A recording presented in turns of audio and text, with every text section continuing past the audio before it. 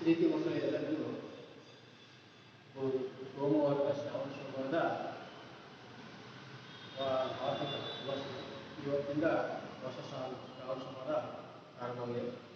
ನಾವೀಗ 8ನೇ ತರಗತಿಯ ಬಗ್ಗೆ ಪಾಠವನ್ನು ಪ್ರಾರಂಭಿಸೋಣ. 8ನೇ ತರಗತಿಯ ಪಾಠ ಪ್ರಾರಂಭಿಸೋಣ. ಅದರಲ್ಲಿ ಸಮಾಜ ವಿಜ್ಞಾನ ಭಾಗದ ಭಾಗ 2ರಲ್ಲಿ ಸಮಾಜ ಪ್ರಕಾರ ಬಗ್ಗೆ ನಾವು ತಿಳ್ಕೊಳ್ಳೋಣ.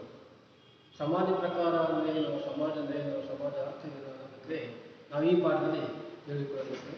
ಅದಕ್ಕೆ ಸಮಾಜ ಅಂದರೆ ಏನು ಅನ್ನೋ ವಿಷಯವನ್ನು ನಾವು ತಿಳಿದುಕೊಳ್ಳೋಣ. ಆದ್ದರಿಂದ ಸಮಾಜದ ಪ್ರಕಾರಗಳು ಎಷ್ಟು, ಪ್ರಕಾರ ಅಂದರೆ ಏನು ಅನ್ನೋ ಬಗ್ಗೆ ಇವತ್ತಿನ ಪಾಠದಲ್ಲಿ ತಿಳಿದುಕೊಳ್ಳಬೇಕು. ಆದ್ದರಿಂದ ಈಗ ಆ ಸಮಾಜ ಪಾಠವನ್ನು ತಿಳಿದುಕೊಳ್ಳೋಣ.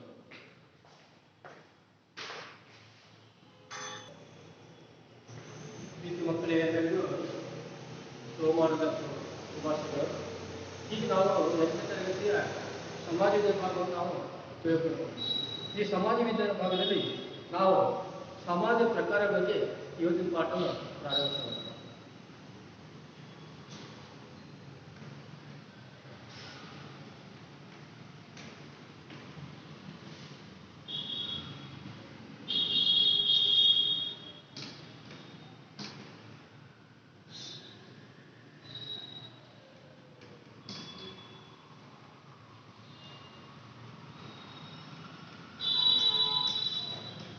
ಈ ಸಮಾಜ ಪ್ರಕಾರಗಳು ಯಾವುವು ಅನ್ನೋ ಬಗ್ಗೆ ನಾವು ಫಸ್ಟ್ ತಿಳ್ಕೋಬೇಕು. ಅದಕ್ಕಿಂತ ಮುಂಚಿತವಾಗಿ ನಾವು ಸಮಾಜದ ಪ್ರಕಾರ, ಸಮಾಜ ಅಂದ್ರೆ ಏನು ಅನ್ನೋ ಬಗ್ಗೆ ನಾವು ತಿಳ್ಕೋಬೇಕು. ಸಮಾಜ ಅಂದ್ರೆ ಏನು, ಸಮಾಜದ ಒಂದು ಅರ್ಥ ಏನು ಅನ್ನೋ ಬಗ್ಗೆ ನಾವು ತಿಳ್ಕೋಬೇಕು.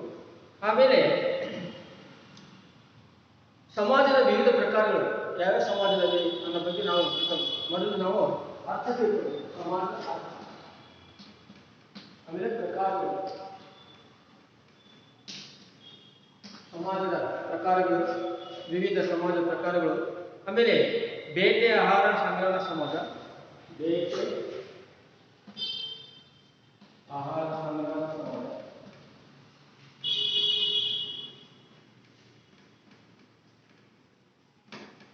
ಬೇಟೆ ಆಹಾರ ಸಂಗ್ರಹಣ ಸಮಾಜ, ಆಮೇಲೆ ಪಶುಪಾಲನಾ ಸಮಾಜ, ಇವೆಲ್ಲ ಪಶುಪಾಲನಾ ಸಮಾಜ,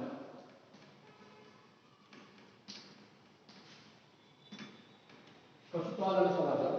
ಅದೇ ರೀತಿಯಾಗಿ ಕೃಷಿ ಸಮಾಜ, ಗ್ರಾಮೀಣ ಸಮಾಜ, ಕೃಷಿ, ಗ್ರಾಮೀಣ,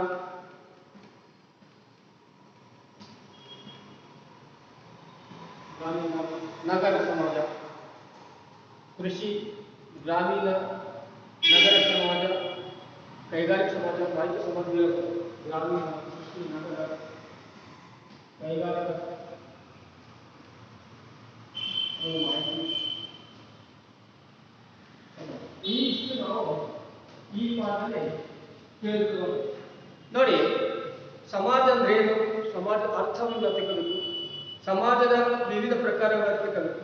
ಅದರಲ್ಲಿ ಬೇಟೆ ಮತ್ತು ಆಹಾರ ಸಂಗ್ರಹದ ಸಮಾಜ, ಪಶುಪಾಲನಾ ಸಮಾಜ, ಕೃಷಿ ಸಮಾಜ, ಗ್ರಾಮೀಣ ಸಮಾಜ, ನಗರ ಸಮಾಜ, ಆಮೇಲೆ ಕೈಗಾರಿಕಾ ಸಮಾಜ ಮತ್ತು ಮಾಹಿತಿ ಸಮಾಜ, ಈ ಒಂದು ವಿಷಯವನ್ನು ನಾವು ಈ ಪಾಠದಲ್ಲಿ ತಿಳ್ಕೊಳ್ಬೇಕು. ಇಲ್ಲಿ ಸಮಾಜದ ಅಧ್ಯಯನದಲ್ಲಿ ಸಮಾಜ ಒಂದು ಪ್ರಮುಖವಾದ ಅಧ್ಯಯನ. ಸಮಾಜ, ಸೊಸೈಟಿ ಅಂತ ಕರಿತೀವಿ ನಾವು. ಇಂಗ್ಲಿಷ್ನಲ್ಲಿ ಅದಕ್ಕೆ ಸೊಸೈಟಿ, ಅದಕ್ಕೆ ಇಂಗ್ಲಿಷ್ನಲ್ಲಿ ನಾವು ಸೊಸೈಟಿ ಅಂತ ಕರಿತೀವಿ. ಆ ಸಮಾಜಶಾಸ್ತ್ರದ ಅಧ್ಯಯನದಲ್ಲಿ ನಾವು ಈಗ ಸೋಷಿಯಾಲಜಿ ನೋಡ್ತೀವಿ, ಅದಕ್ಕೆ ಸಮಾಜಶಾಸ್ತ್ರ. ಆ ಸಮಾಜಶಾಸ್ತ್ರದಲ್ಲಿ ಸಮಾಜವು ಪ್ರಧಾನ ಅಧ್ಯಯನ, ಸಮಾಜವು ಒಂದು ಪ್ರಧಾನದ ಅಧ್ಯಯನವಾಗಿರುತ್ತದೆ.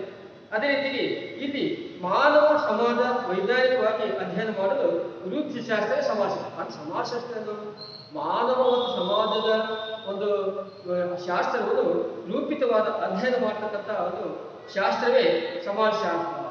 ಇಲ್ಲಿ ವ್ಯಕ್ತಿ ಮತ್ತು ಸಮಾಜ ಒಂದೇ.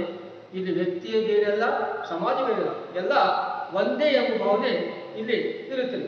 ಅದೇ ನಾಣ್ಯದ 2 ಮುಖಗಳು. ವ್ಯಕ್ತಿ ಮತ್ತು ಸಮಾಜ ಒಂದೇ ನಾಣ್ಯದ 2 ಮುಖಗಳು. ಈಗ ನಾವು ನಾಣ್ಯದಲ್ಲಿ ನೋಡಿದ್ರೆ ರಾಣಿ ಮತ್ತು ರಾಜ ಅಂತಕ್ಕಲ್ಲ, ಹಂಗೆ ಸಮಾಜ ಮತ್ತು ವ್ಯಕ್ತಿ ಒಂದು ನಾಣ್ಯದ 2 ಮುಖಗಳಿದ್ದಂತೆ ಅಂತ ನಾವಿಲ್ಲಿ ಕರಿತೇವೆ. ಮಾನವ ಒಂಟಿಯಾಗಿ ಏಕಾಂಗಿಯಾಗಿ ಜೀವನ ಮಾಡೋಕ್ಕಾಗಲ್ಲ, ಒಂಟಿ ಮಾಡೋಕ್ಕಾಗುತ್ತ ಇಲ್ಲ. ಮಾನವ ಏಕಾಂಗಿಯಾಗಿ ಜೀವನ ಮಾಡೋಕ್ಕಾಗುತ್ತ ಇಲ್ಲ. ಅದಕ್ಕೆ ಮಾನವ ಏಕಾಂಗಿಯಾಗಿ ಒಂಟಿಯಾಗಿ ಜೀವನ ಮಾಡಲಿಕ್ಕೆ ಸಾಧ್ಯವಿಲ್ಲ. ಅದಕ್ಕೆ ಅವ್ರು ಏನು ಮಾಡಬೇಕು? ಸಮಾಜದಲ್ಲಿ ವಾಸ ಮಾಡಬೇಕಾಗುತ್ತೆ, ಸಮಾಜದಲ್ಲಿ ಇರಬೇಕಾಗುತ್ತೆ. ಅದಕ್ಕೆ ಮಾನವನು ಯಾವಾಗಲೂ ಸಾಂಘಿಕ ಜೀವನದಲ್ಲಿ ಜೀವಿಸುತ್ತಾರೆ. ಮಾತ್ರ ಸಮಾಜ ಮಾನವ ಬೆಳೆದು ಸರ್ವತೋಮುಖ ಅಭಿವೃದ್ಧಿಗೆ, ವ್ಯಕ್ತಿತ್ವಕ್ಕೆ ಒಂದು ರೂಪಗೊಳ್ಳುವುದೇ ಇದಕ್ಕೆ ಸಹಕಾರಿಯಾಗುತ್ತದೆ ಅನ್ನುವ. ಅಂದರೆ ಸಮಾಜದ ಸರ್ವತೋಮುಖ ಅಭಿವೃದ್ಧಿಗೆ ಮಾನವ ಬೆಳೆದು ವ್ಯಕ್ತಿತ್ವ ರೂಪವನ್ನು ರೂಪಿಸಿಕೊಳ್ಳಲಿಕ್ಕೆ ಒಂದು ಏಕ ಸಹಕಾರವನ್ನು ಯಾರಿದೆ? ಸಮಾಜ. ಇಲ್ಲಿ ಸಮಾಜದೇನು? ಸಮಾಜ ಅಂದರೆ ವ್ಯಕ್ತಿ ಮತ್ತು ಸಮಾಜ. ಇಲ್ಲಿ ವ್ಯಕ್ತಿ ಇರ್ತಾರೆ, ಕುಟುಂಬ ಇರುತ್ತೆ, ಶಾಲೆ ಇರುತ್ತೆ, ಇವೆಲ್ಲ ಒಂದು ನೆರೆಹೊರೆ ಅಂತ ಇರುತ್ತೆ, ಇವೆಲ್ಲ ಸಮಾಜ. ಆ ಸಮಾಜದ ವ್ಯಕ್ತಿ ಅಂತ ಇಲ್ಲಿ ಕರಿತೀವಿ. ಇನ್ನು ಸಮಾಜದಲ್ಲಿ ಜನಜೀವನ, ಸಂಸ್ಕೃತಿ, ಆಚಾರ ವಿಚಾರ, ಉದ್ಯೋಗ ಮುಂತಾದ ಅಂಶಗಳು ಇಲ್ಲಿ ಪ್ರದೇಶಗಳಲ್ಲಿ ವ್ಯತ್ಯಾಸ ಆಗುತ್ತೆ. ನೋಡಿ, ಸಮಾಜದಲ್ಲಿ ಜನಜೀವನ, ಸಂಸ್ಕೃತಿ, ಆಚಾರ ವಿಚಾರಗಳು, ಉದ್ಯೋಗ ಮುಂತಾದ ಅಂಶಗಳು ಪ್ರದೇಶದಿಂದ ಪ್ರದೇಶಕ್ಕೆ ವ್ಯತ್ಯಾಸವಾಗುತ್ತಾ ಬೇರೆ ಬೇರೆ ಆಗುತ್ತಾ ಇರ್ತವೆ. ಹಾಗೆ ಗ್ರಾಮಾಂತರ ಪ್ರದೇಶಗಳಿಗೆ ಹೋಲಿಸಿದರೆ ಅಲ್ಲಿ ಹೋದಾಗ ಅಲ್ಲಿ ಒಂದು ಸಮಾಜವೇ ನೋಡಿ, ನೂರಾರು ಸಂಖ್ಯೆಯ ಜನರು ಅಲ್ಲಿ ಕುರಿಗಳಿರ್ತವೆ, ದನಗಳಿರ್ತವೆ, ಮತ್ತಿತರ ಪ್ರಾಣಿ, ಕುರಿ, ಎಮ್ಮೆ, ಎತ್ತು, ಆಮೇಲೆ ನಾಯಿಗಳು, ಹಿಂಗ ಹಳ್ಳಿಗಳಿರ್ತವೆ. ಎತ್ತಿನ ಗಾಡಿ, ಜಮೀನು, ಗುಡಿಸಲುಗಳು, ಹಿಂಗ ಅನೇಕ ಒಂದು ವೈವಿಧ್ಯಮಯವಾದ ಒಂದು ಅವಕಾಶ ಇಲ್ಲಿ ಕಂಡು ಬರ್ತದೆ. ಅದೇ ರೀತಿಯಾಗಿ ಕಣ್ಣಿಗೆ ಕಾಣ್ತವೆ. ಆಮೇಲೆ ಹಾಗೆ ಹೊಲಗದ್ದೆಗಳು ಗುಂಪು ಗುಂಪಾಗಿರ್ತವೆ, ಮನೆಗಳಿರ್ತವೆ. ಹೊಲಗದ್ದೆಗಳಲ್ಲಿ ವ್ಯವಸಾಯ ಮಾಡುತ್ತಿರುವ ರೈತರನ್ನು ನಾವು ಕಾಣಬಹುದು. ಆದರೆ ಸಿಟಿಗಳಲ್ಲಿ ಆಗುತ್ತಾ? ಬೆಂಗಳೂರು, ಮುಂಬೈ ಅಂತ ಸಿಟಿಗಳಾಗುತ್ತಾ? ಇಲ್ಲ. ಅದಕ್ಕೆ ಆದರೆ ಬೆಂಗಳೂರು, ಮುಂಬೈ, ದೆಹಲಿ ಅಂತ ನಗರಗಳಲ್ಲಿ ರಸ್ತೆ ತುಂಬ ವಾಹನಗಳಿರ್ತವೆ. ಎಲ್ಲರೂ ವಾಹನ, ಟ್ರಾಫಿಕ್ ಜಾಮ್, ಅದೇ ಟ್ರಾಫಿಕ್ ಜಾಮ್ ಇರುತ್ತೆ. ಅದಕ್ಕೆ ಎಲ್ಲರೂ ನಾವು ನಗರಗಳಲ್ಲಿ ನಾವು ವಾಹನಗಳು, ದಟ್ಟವಾದ ಜನಸಂದಣಿ, ಅಲ್ಲೆಲ್ಲ ಜನ ಇರ್ತಾರೆ. ಆಮೇಲೆ ವಿಶಾಲವಾದ ಬಡಾವಣೆಗಳು ಹಾಗೂ ಕೊಳಚೆ ಪ್ರದೇಶಗಳಲ್ಲಿ ಕಾರ್ಖಾನೆಗಳಿರ್ತವೆ. ಆಮೇಲೆ ಎತ್ತರವಾದ ಕಟ್ಟಡಗಳು, ದೊಡ್ಡ ದೊಡ್ಡ ರಸ್ತೆ ಸಂಸ್ಥೆಗಳು, ಸರ್ಕಾರಿ ಕಚೇರಿಗಳು, ಆಸ್ಪತ್ರೆಗಳು, ಇನ್ನೂ ಮುಂತಾದ ಅನೇಕ ಆಧುನಿಕ ಸಂಸ್ಥೆಗಳನ್ನು ನಾವಿಲ್ಲಿ ನಗರಗಳಲ್ಲಿ ಕಾಣ್ತೇವೆ. ನಗರ ಮತ್ತು ಹಳ್ಳಿಗಳು ನಾವು ವ್ಯತ್ಯಾಸದಲ್ಲಿ ಹಳ್ಳಿಗಳಲ್ಲಿ ಸುಂದರ ವಾತಾವರಣ ಅಂದರೆ ಅಲ್ಲಿ ಗಿಡ ಮರಗಳಿರ್ತವೆ, ಗುಡಿಸಲಿರ್ತವೆ, ಕೆರೆ ಹಳ್ಳಗಳಿರ್ತವೆ, ಪರ್ವತ ಶ್ರೇಣಿಗಳಿರ್ತವೆ. ಆಮೇಲೆ ಸಣ್ಣ ಸಣ್ಣ ಮನೆ ಇರ್ತವೆ, ದನಗಳಿರ್ತವೆ, ರೈತರು ಇರ್ತವೆ, ಎಲ್ಲ ಕಾಣ್ತವೆ. ಆದ ಹಳ್ಳಿಗಳ ಪಟ್ಟಣಗಳಲ್ಲಿ ಜನಗಳ ಜಾತ್ರೆ, ವಾಹನಗಳ ದಟ್ಟಣೆ, ವಾಯು ಮಾಲಿನ್ಯ, ಶಬ್ದ ಮಾಲಿನ್ಯ ಇವೆಲ್ಲ ಉಂಟಾಗುತ್ತೆ ಅನ್ನೋದು ಈ ಶಾಸ್ತ್ರಾತ್ಮಕ. ಇನ್ನು ಅರ್ಥ ಮಾಡಬೇಕಂದ್ರೆ ಸಮಾಜ ಅಂದ್ರೆ ಏನು? ಸಮಾಜ ಅನ್ನೋದು ಒಂದು ಕನ್ನಡ ಭಾಷೆಯಾಗಿದೆ. ಇಂಗ್ಲಿಷ್ ಭಾಷೆಯನ್ನ ಸೊಸೈಟಿ ಅಂತ. ಸೊಸೈಟಿ ಅಂದರೆ ಸಮಾಜ. ಸೊಸೈಟಿ ಎಂಬ ಪದದಿಂದ ಬಹಳ ಪ್ರಾರಂಭವಾಗಿದೆ. ಸೊಸೈಟಿ ಎಂಬ ಲ್ಯಾಟಿನ್ ಭಾಷೆಯ ಸೋಷಿಯಸ್ನಿಂದ ಬಂದಿದೆ. ಹೀಗೆ ನಾವು ಹೀಗೆಂದರೆ ಒಡನಾಡಿತನ, ಸೊಸೈಟಿ ಒಬ್ಬರಿಗೊಬ್ಬರು ಸಂಬಂಧ ಇರುತ್ತೆ, ಒಡನಾಡಿತನ ಇರುತ್ತೆ, ಗೆಳೆತನ ಇರುತ್ತೆ ಎಂದು ಸೊಸೈಟಿ ಅಂದರೆ ಗೆಳೆತನ, ಒಡನಾಡಿತನ ಆಮೇಲೆ ಎಂದರ್ಥ. ಅಂದರೆ ಒಡನಾಟದಿಂದ ಒಟ್ಟುಗೂಡಿರುವ ವ್ಯತ್ಯಾಸವೇ ಸಮಾಜ ವ್ಯವಸ್ಥೆ. ಸಮಾಜ ಒಟ್ಟುಗೂಡುವ ವ್ಯವಸ್ಥೆ ಇದು ಸಮಾಜ ನಾವಿದೆ ಕರಿತೀವಿ. ಅದಕ್ಕೆ ಸಮಾಜ ಎಂಬ ಕನ್ನಡ ಪದವು ಇಂಗ್ಲಿಷ್ ಭಾಷೆ ಸೊಸೈಟಿ ಎಂಬ ಪದದಿಂದ ಬಂದಿದೆ, ಅನುವಾದವಾಗಿದೆ. ಸೊಸೈಟಿ ಎಂಬ ಪದವು ಲ್ಯಾಟಿನ್ ಭಾಷೆಯ ಸೋಷಿಯಸ್ನಿಂದ ಬಂದಿದೆ. ಹೀಗೆಂದರೆ ಒಡನಾಡಿತನ, ಗೆಳೆತನ ಎಂದರ್ಥ. ಆಮೇಲೆ ಅಂದರೆ ಒಡನಾಟದಿಂದ ಒಟ್ಟುಗೂಡಿರುವ ಒಂದು ವ್ಯವಸ್ಥೆ ಸಮಾಜದಲ್ಲಿ ಕಾಣ್ತಬರ್ತದೆ. ಇನ್ನು ವ್ಯಾಖ್ಯೆಗಳು ಅಂದರೆ ಕೆಲವು ಸಮಾಜಶಾಸ್ತ್ರಜ್ಞರು ಕೆಲವು ವ್ಯಾಖ್ಯೆಗಳಿದೆ ಹೇಳಿದರೆ ಅದಕ್ಕೆ ನಾವು ವ್ಯಾಖ್ಯೆ ಅಂತ ಕರಿತೇವೆ. ವ್ಯಾಖ್ಯೆಗಳನ್ನು ನಾವಿಲ್ಲಿ ಕರಿತೀವಿ. ಅದರಲ್ಲಿ ಮಕ್ಕಳ ಮತ್ತು ಪೇಜ್ ಅವರ ಪ್ರಕಾರವಾಗಿ ಸಾಮಾಜಿಕ ಸಂಬಂಧಗಳ ಬೆಲೆಯೇ ಸಮಾಜ. ಸಾಮಾಜಿಕ ಸಂಬಂಧಗಳ ಬಲೆ ಇರ್ತಲ್ಲ, ಒಂದು ನೆಟ್ ಇರುತ್ತಲ್ಲ, ಆ ನೆಟ್ ಅನ್ನೋದೇ ಬಲೆಯೇ ಒಂದು ಸಮಾಜ. ಒಂದು ಸಮುದಾಯದ ಬಗ್ಗೆ ಸಂಸ್ಥೆಗಳು, ಸಂಘಗಳ ಮತ್ತು ಸಂಕೀರ್ಣವಾದ ವ್ಯವಸ್ಥೆ ಸಮಾಜ. ಮತ್ತೆ ಅಂದರೆ ಸಮಾಜ ಒಂದು ಬೇರೆ ಸಮಾಜ, ಒಂದು ಸಮುದಾಯದೊಳಗಿನ ಸಂಸ್ಥೆಗಳ, ಸಂಘಗಳ ಸಂಕೀರ್ಣವಾದಂಥ ವ್ಯವಸ್ಥೆ ಸಮಾಜವಿದೆ. ಯಾರು ಹೇಳಿದ್ದಾರೆ? ಮಕ್ಕಾಯಿವಾರ್ ಮತ್ತು ಪೇಜ್ ಅವರು ಹೇಳಿದ್ದಾರೆ. ಇನ್ನು ಸ್ವರೂಪ ಬಗ್ಗೆ ನಾವು ತಿಳ್ಕೊಂಡು ವ್ಯಾಖ್ಯಾನದಲ್ಲಿ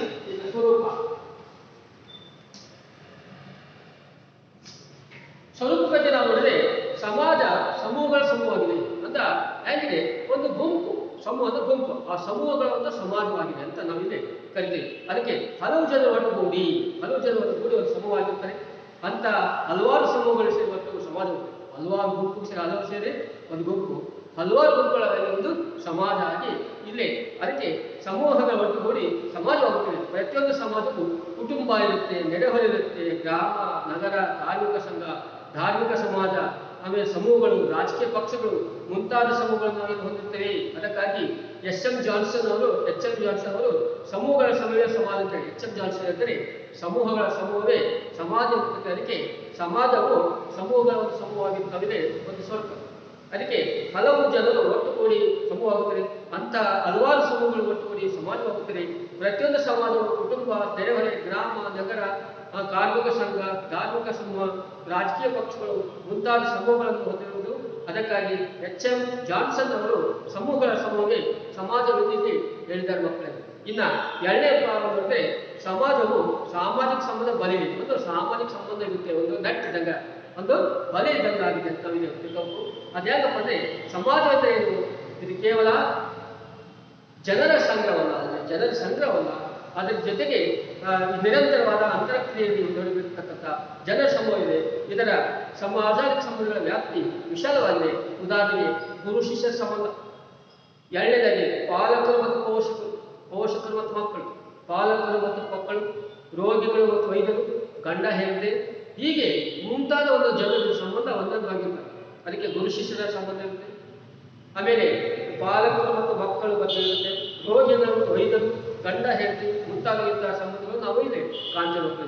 ಹೀಗಾಗಿ ಮತ್ತೆ ಮಕ್ಕಳ ಪೇಜ್ ಅವರು ಹೇಳಿದ್ರು, ಸಾಮಾಜಿಕ ಸಂಬಂಧಗಳ ಬಲೆಯೇ ಸಮಾಜವನ್ನು ಅವರು ಇಲ್ಲಿ ಹೇಳಿದ್ದಾರೆ. ಅದೇ ಮೂರನೇದಾಗಿದ್ರೆ ಹೋಲಿಕೆ ಮತ್ತು ಸಾಮ್ಯತೆ. ಒಂದಕ್ಕೊಂದು ಹೋಲಿಕೆ ಇರುತ್ತೆ, ಸಾಮ್ಯತೆ ಇರುತ್ತೆ. ಸಮಾಜದ ರಚನೆಯಲ್ಲಿ ಹೋಲಿಕೆ ಪ್ರಮುಖ ಪಾತ್ರ ಇರುತ್ತೆ, ಒಂದಕ್ಕೊಂದು ಕಂಪೇರ್ ಮಾಡಬಹುದು. ಅದಕ್ಕೆ ಹೋಲಿಕೆ ಸಮೂಹ ಭಾಗವಹಿಸಿದರೆ ವ್ಯಕ್ತಿಗಳಲ್ಲಿರುವ ದೈಹಿಕ ಮಾನಸಿಕ ಹೋಲಿಕೆ ಸಂಸ್ಥೆಗೆ ಸಮಾಜ ದೈಹಿಕ ಮತ್ತು ಮಾನಸಿಕ ಅಂಶ ಆಧಾರವಾಗಿರ್ತದೆ. ಜನರ ಆಕಾಂಕ್ಷೆಗಳು, ಕೆಲಸಗಳು, ಗುರಿಗಳು, ಆದರ್ಶಗಳು, ಆಮೇಲೆ ಮೌಲ್ಯಗಳಲ್ಲಿ ಹೋಲಿಕೆಗಳನ್ನು ಹೊಂದಿರುವವರು. ಅದರಿಂದ ಜನರಲ್ಲಿ ಪರಸ್ಪರ ಒಡನಾಟನ, ಸಹಕಾರ, ಪ್ರೀತಿ, ವಿಶ್ವಾಸ, ಅನುಕಂಪ, ತ್ಯಾಗ, ನಾವೆಲ್ಲರೂ ಒಂದು ಎಂಬ ಭಾವನೆ ವ್ಯಾಪಕವಾಗಿ ಬೆಳೆದು ಅದು ಕೂಡಿ ಬಾಳತೆ ಅದು ಪ್ರೇರಕರಿಗೆ ಹೋಲಿಕೆ ಮತ್ತು ಸಾಮ್ಯತೆ ಇಲ್ಲಿ ಕಂಡುಬರುತ್ತೆ. ಇನ್ನು ನಾಲ್ಕನೇದಾಗಿ ಸಹಕಾರ ಮತ್ತು ಸಮವಿಭಜನೆ. ಒಬ್ಬರಿಗೂ ಸಹಕಾರ ಮತ್ತು ಕೆಲಸದ ಹಂಚಿಕೊಂಡು ಮಾಡತಕ್ಕಂಥ ಒಂದು ವಿಭಜನೆ ಇರುತ್ತೆ. ಅದಕ್ಕೆ ಸಮವಿಭಜನೆ ಅಂತ ನಾವಿದೆ ಕಲಿಕೆ ಮಕ್ಕಳು. ಅದಕ್ಕೆ ಸಹಕಾರವೆಂದರೆ ಜನರ ಸಾಮರ್ಥ್ಯವು ಸಮಾನ ಉದ್ದೇಶಗಳ ಈಡೇರಿಕೆಗೆ ಕೂಡಿ ದುಡಿಯುವುದಾಗಿದೆ. ಸಹಕಾರ ಅಂದರೆ ಸಮಾಜ ಜನರು ಸಮಾನ ಉದ್ದೇಶಗಳ ಈಡೇರಿಕೆಗೆ ಕೂಡಿ ದುಡಿಯುವುದಾಗಿದೆ. ಸಹಕಾರ ಮನೋಭಾವನೆಯಿಂದಲೇ ಸಮಾಜದಲ್ಲಿ ಒಬ್ಬರಿಗೊಬ್ಬರು ಸುಖ ದುಃಖಗಳಲ್ಲಿ ಭಾಗಿಯಾಗುತ್ತದೆ. ಆಮೇಲೆ ಇದರ ಆಧಾರದಲ್ಲಿ ಸಮವಿಭಜನೆಯು ಸಾಮಾನ್ಯ ಕಾರ್ಯಕ್ರಮವನ್ನು ತಮ್ಮೊಳಗೆ ಹೆಚ್ಚು ಹಂಚಿಕೊಂಡು ದುಡಿಯುವುದಾಗಿದೆ. ಸಮವಿಭಜನೆಯು ಜನರ ಆಸಕ್ತಿ, ಅಭಿರುಚಿ, ಸಾಮರ್ಥ್ಯ, ಲಿಂಗ, ವಯಸ್ಸು ಮುಂತಾದಗಳ ಆಧಾರದಲ್ಲಿ ಹಂಚಿಕೆ ಆಗುವುದು. ಆದ್ದರಿಂದ ಸಹಕಾರ ಮತ್ತು ಸಮವಿಭಜನೆ ಒಂದೆರಡು ಪರಸ್ಪರ ಪೂರಕವಾಗಿರುತ್ತದೆ. ನಾಲ್ಕು ಇನ್ನು ಐದನೇದಾಗಿ ಸಾಮಾಜಿಕ ನಿಯಂತ್ರಣ ಕಲಿಯುತ್ತದೆ. ಸಮಾಜವು ತನ್ನದೇ ರೀತಿ ನೀತಿಗಳನ್ನು ಬೆಳೆಸಿಕೊಂಡಿರುತ್ತದೆ. ಆಧುನಿಕ ಸಾಂಸ್ಕೃತಿಕ ಸಮಾಜವು ಕಾನೂನು, ಶಾಸನ, ಸಂವಿಧಾನಗಳನ್ನು ಹೊಂದಿ ಜನರ ವರ್ತನೆಗಳನ್ನು ಔಪಚಾರಿಕ ಪಾತ್ರಗಳ ಮೂಲಕವಾಗಿ ಅಥವಾ ಅನೌಪಚಾರಿಕ ಮಾಧ್ಯಮಗಳಂತ ಪದ್ಧತಿ, ನೈತಿಕ ನಿಯಮ, ಲೋಕಾಚಾರಗಳ ಮೂಲಕವಾಗಿ ನಿಯಂತ್ರಣ ಮಾಡುತ್ತದೆ. ಇನ್ನು ಸಮಾಜವು ಗತಶೀಲವಾಗಿ ಇಲ್ಲಿ ಸಮಾಜ ಯಾವಾಗಲೂ ಪರಿವರ್ತನಶೀಲವಾದ ಒಂದು ಸಮಾಜ ಇಲ್ಲಿ ಕರಿತೇವೆ ಮಕ್ಕಳು. ಅದಕ್ಕೆ ಪರಿವರ್ತನೆ ಇಲ್ಲದೆ ಯಾವುದೇ ಸಮಾಜ ದೀರ್ಘ ಅದು ಪರಿವರ್ತನೆ ಚೇಂಜ್ ಆಗಿ ಹಳೆಯದೇನು ಹೋಗಿ ಹೊಸದು ಬರ್ತದೆ, ಹಾಗೆ ಹೊಸೊಬ್ಬರು ಬರ್ತಾರೆ, ಹಳೆಯವರು ಹೋಗ್ತಾರೆ ಅನ್ನೋ ಒಂದು ವಿಚಾರ. ಅದಕ್ಕೆ ಪರಿವರ್ತನವಾದಂಥ ಒಂದು ಗತಿಶೀಲವಾದಂಥ ಒಂದು ಇಲ್ಲದೇ ಇದ್ದರೆ ಸಮಾಜ ದೀರ್ಘ ಒಳ್ಳೆಯ ಸಾಧ್ಯವಿಲ್ಲ. ಉದಾಹರಣೆಗೆ ಗ್ರಾಮೀಣ ಸಮಾಜ ನಿಧಾನವಾಗಿ ನಗರ ಸಮಾಜ ಬದಲಾದರೆ ಅದು ನಗರ ಸಮಾಜವು ತ್ವರಿತಗತಿಯಲ್ಲಿ ಬದಲಾಗುತ್ತದೆ, ನಿಧಾನ ಆಗುತ್ತೆ ಗ್ರಾಮೀಣ ಸಮಾಜ. ಆದರೆ ನಗರಗಳಲ್ಲಿ ಮಾತ್ರ ಬೇಗನೆ ಬೆಳವಣಿಗೆ ಆಗುತ್ತದೆ. ಇದು ನಾವು ತಿಳ್ಕೋ. ಇನ್ನು ಅದರ ಪ್ರಾಮುಖ್ಯತೆ ಅಂದರೆ ಅದರ ಮಹತ್ವ ಬಗ್ಗೆ ತಿಳ್ಕೋ. ಸಮಾಜದ ಮಹತ್ವ, ಪ್ರಾಮುಖ್ಯತೆ, ಅದಕ್ಕೆ ಕರ್ತದೆ ಪ್ರಾಮುಖ್ಯತೆ. ಸಮಾಜದ ಮಹತ್ವ ಮತ್ತು ಪ್ರಾಮುಖ್ಯತೆ ಇದು ಸರ್ವವ್ಯಾಪಕವಾದದ್ದು, ಅಂದರೆ ಇಡೀ ಅವಶ್ಯಕವಿದೆ. ಅದಕ್ಕೆ ಮಾನವನ ಜೀವನ, ಸಮಾಜ, ಮಾನವ ಜೀವನ ಹಾಗೂ ಸಮಾಜ ಇವು ಎಲ್ಲವನ್ನೂ ಒಟ್ಟಿಗೆ ಸಾಗುತ್ತವೆ. ಮಾನವ ಜೀವನ, ಸಮಾಜ, ಮಾನವನ ಸಮಾಜವಿಲ್ಲ, ಸಮಾಜವಿದೆ, ಜೀವನವಿಲ್ಲ, ಅದೆಲ್ಲವೂ ಒಂದೇ ಭಾವ ಇದೆ. ನಮ್ಮ ಜೀವನವನ್ನು ಸುಗಮವಾಗಿ ಸಾಗುವಂತೆ ಮಾಡುವುದು ಸಮಾಜವಾಗಿದೆ.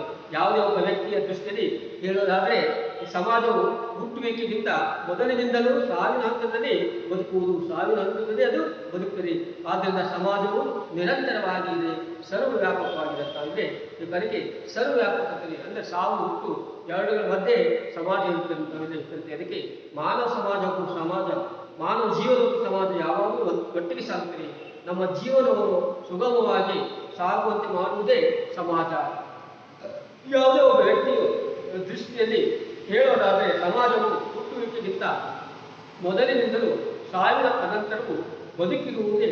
ಆದ್ದರಿಂದ ಸಮಾಜವು ನಿರಂತರ ಮತ್ತು ಸರ್ವವ್ಯಾಪಕವಾಗಿ ಹೇಳ್ತದೆ. ಅದಕ್ಕೆ ಈ ರೀತಿ ಸಮಾಜ ಇರುತ್ತದೆ. ಇನ್ನು ಎರಡನೇ ಅಂಶದಂದರೆ ಸಮಾಜ ರಕ್ಷಣೆ ಹಾಗೂ ಸಂಪೋಷಣೆ ಅಗತ್ಯವಾಗಿರುತ್ತದೆ. ಇದಕ್ಕೆ ಸಂಪೋಷಣೆ ಬೇಕಾಗುತ್ತೆ, ಅದಕ್ಕೆ ರಕ್ಷಣೆ ಬೇಕಾಗುತ್ತೆ.